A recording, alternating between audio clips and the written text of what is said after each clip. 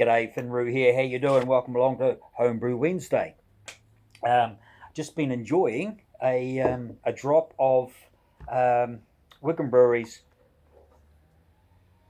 Bristol Best Bitter, pouring very nicely. What's that little fly there on there? Um, hey Baxter. Um, yeah, called into the brewery today. Actually, I saw something. I should have grabbed it. Would you get your head out of there, son? Hey, your big head. They've got dog beer.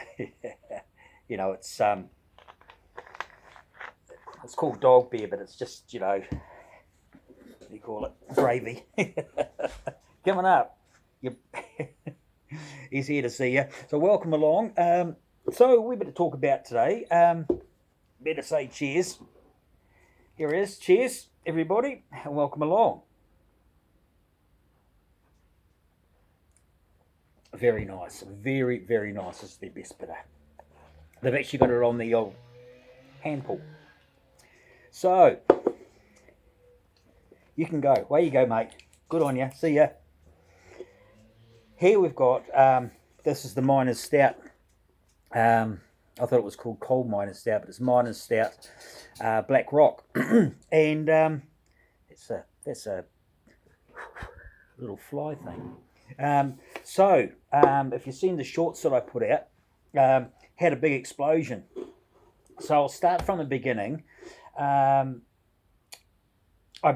filled up the brew pot with 23 litres of water, and I brought it to the boil. Then I put my wort chiller into it just to sanitise it. It was boiling. Then I emptied this into it. And with my vice grips, and rinsed it all through and stirred it around, got it into the boil kettle, added the packet of number 20 yeast enhancer from Mangroves Jacks, and didn't do anything else to it. But I did, the day before, make a starter with 100 grams of white table sugar, and 1 litre of water. I did my starter, put a little bit of yeast nutrient in there. And I did that the day before, and it was good, no problems. Except I couldn't get the damn bung to stay on the top, so I just put some cling wrap over top, poked a tiny little hole in it. And when I did all that and cooled it down and pitched the yeast, the next day I came out, it was just bubbling away nicely. And that's the thing about doing a yeast starter, you have very, very short lag time. So she was up and running really, really well. However, the next day when I came out to have a look, the whole, not this one, but the water trap, the bubbler, was completely full of krausen. Had come up. And you could see the inside of if you've seen the short that I did, all the inside was all brown on the lid and down. It had come out through the top, over the top, and it was all on top of the lid. Pardon me. So I had to very carefully. I got some of the old the spray, the sanitizer, sprayed it on top, and got some paper towels and just sort of mopped it up very, very gingerly. Wiped it round, got it all nice clean, put more sanitizer on, and wiped it round, cleaned it and dried it, and then I very carefully took the bung out and put a new one in, full of nice clean sanitizer, and put that in.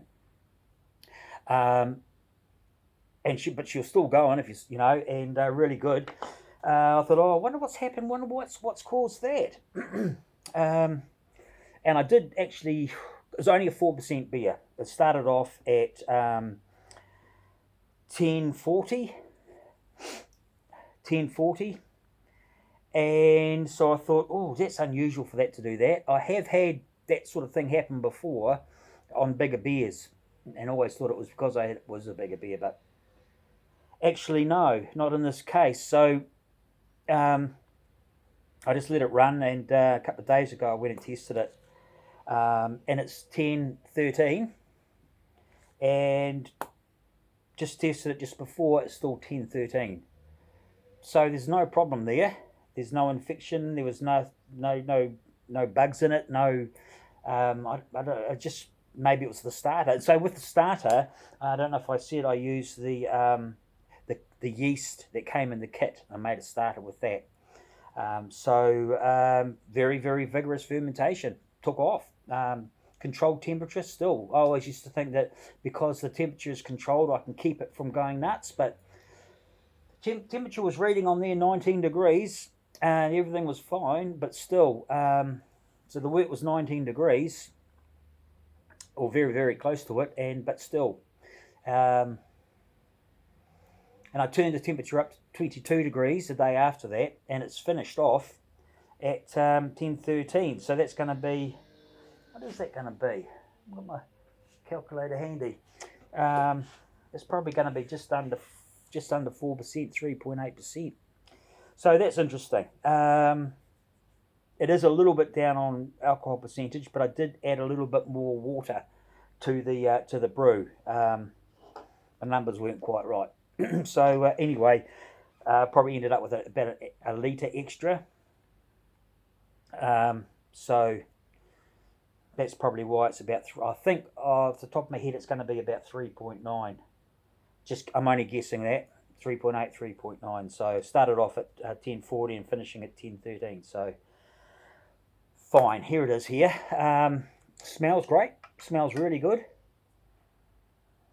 So yeah, we'll see what that, I'll cold crash that after I've done this video and bring it down, and then I'll keg in it, and so next Wednesday I'll do a taste test on that. That should be good, and then I'll probably do another kit. Quite enjoying doing the kits, as I said before. So so that's fine. So that's good. That was a job well done. I'm just going to get back to the Wigram Brewery for a minute. There's another bottle that I've got here to enjoy later on. This is their pale ale. Yeah, this is the Mustang Pale Ale, 5%. Beautiful beer. That's an old standard of theirs. The Wall of Fame, unfortunately I've run out of ink. I went to print off it a couple of people today, and it just came out all liney, so I have to go and get some more ink, so bear with me. So that's about it from me, as far as I can tell. Oh, no, it's not. There's something very important I need to tell you about. There's a poor fella, and he's stuck in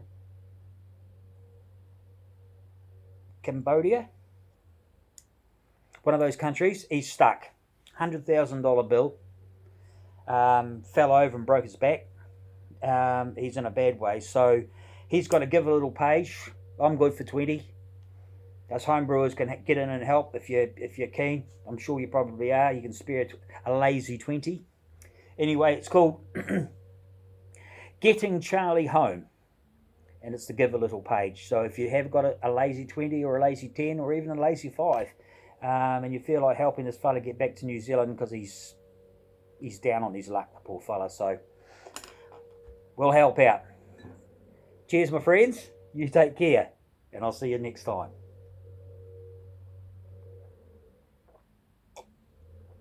Ooh, Getting Charlie Home.